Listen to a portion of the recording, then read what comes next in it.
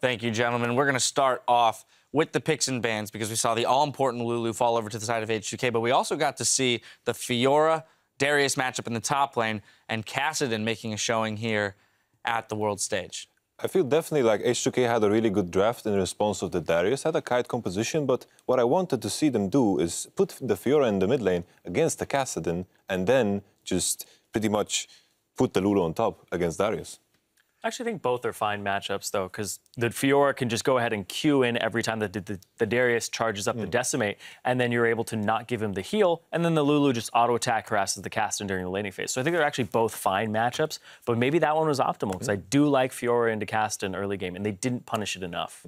I really don't like it when EDG plays Kassadin. This is one of my biggest beefs with EDG, and they play Kassadin about as well as you can, but with this kind of scaling that Kassadin needs. And what happened here is EDG picked a composition with virtually no wave clear. And this was just not at all punished by H2K. Now, EDG gets away with Kassadin a lot of the time by having Clearlove just standing in a brush in mid lane, waiting to counter gank and trying to force a 2v2 when Pawn has to push forward to recall. But I just don't like their overemphasis on this particular champion, and I think a good team will punish this. So it makes me nervous to see EDG play it. Even though they play it about as well as you can, there's still some serious flaws, especially after that level 1. There were a lot of missed opportunities from H2K. Level 1, Zyrene, talk to me about that because there was a lot that happened in a couple minutes. Yeah, I thought it was an intelligent decision by both sides. H2K, I look at their comp. I go, okay, I have Lulu, I have Braum,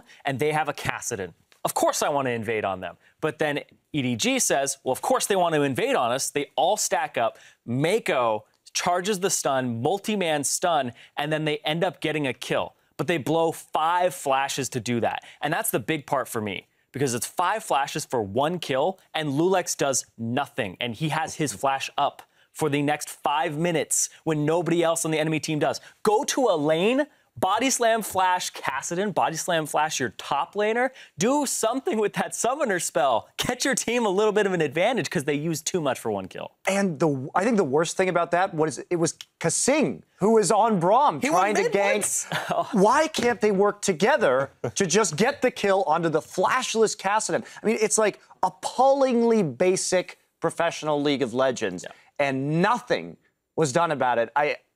It's almost unfathomable. And I mean, Lulex's scoreline at this end of this game, 0-8-2. Yeah. Yeah, there's enough said there.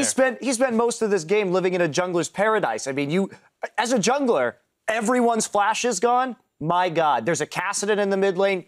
Get in there. Yep. Absolutely. Yep. Absolutely. Now, on the flip side, though, a player that I want to point out for having played a pretty terrific game of League of Legends would be Clearlove, his counterpart on the other side of EDG.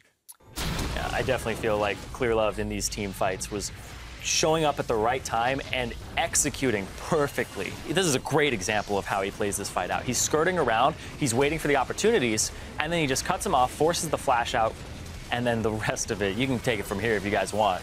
Well, just coming in right here, Clearlove's going to follow up onto Hjarnan, and you're going to see him actually flash the Tristana ultimate in just a second. So coming in, getting another knock-up onto Hjarnan, just beautiful awareness by Clearlove of the positioning, the cooldowns that are still up. Now, it did start a little bit questionable from H2K because they saw the teleport coming in. Odoamne had actually had the teleport priority, and I think they should have just turned back onto Amazing J's teleport location immediately instead of trying to chase the Kassadin, who was already chunked out of that fight.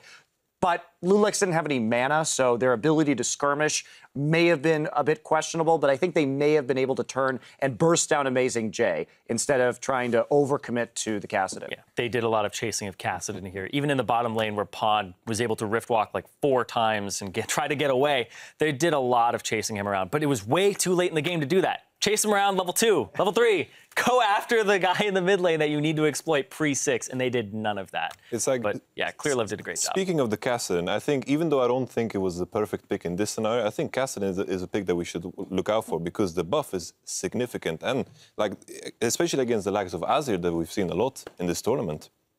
Do you pick the Kassadin into a Lulu? No, I would not. Never.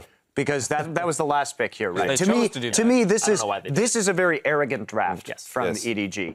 And this will bite them against a better team. Would they do it? I don't know, but it's cocky. Lucky to have it work this time. Might not be so lucky in the future. Well, with Group C done for today, let's see how the teams stack up. SKT are on top along with EDG, both teams 2-0. Meanwhile, BKT and H2K are in the bottom half 0-2.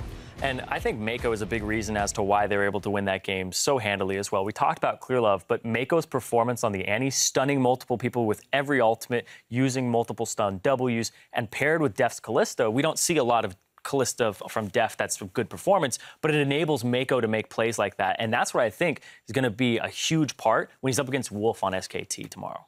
Without a doubt, a huge playmaker for the team. Well, Group A is up next as the LMS's Flash Wolves face off against Korea's Ku Tigers. There's more Worlds coming your way right after this.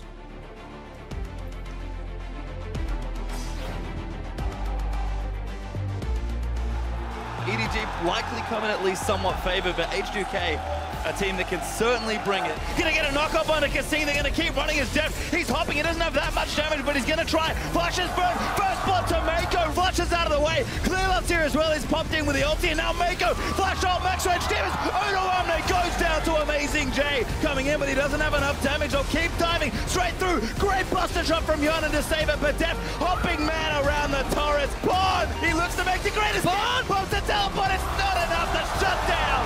A very clean win to stay undefeated after 2 games.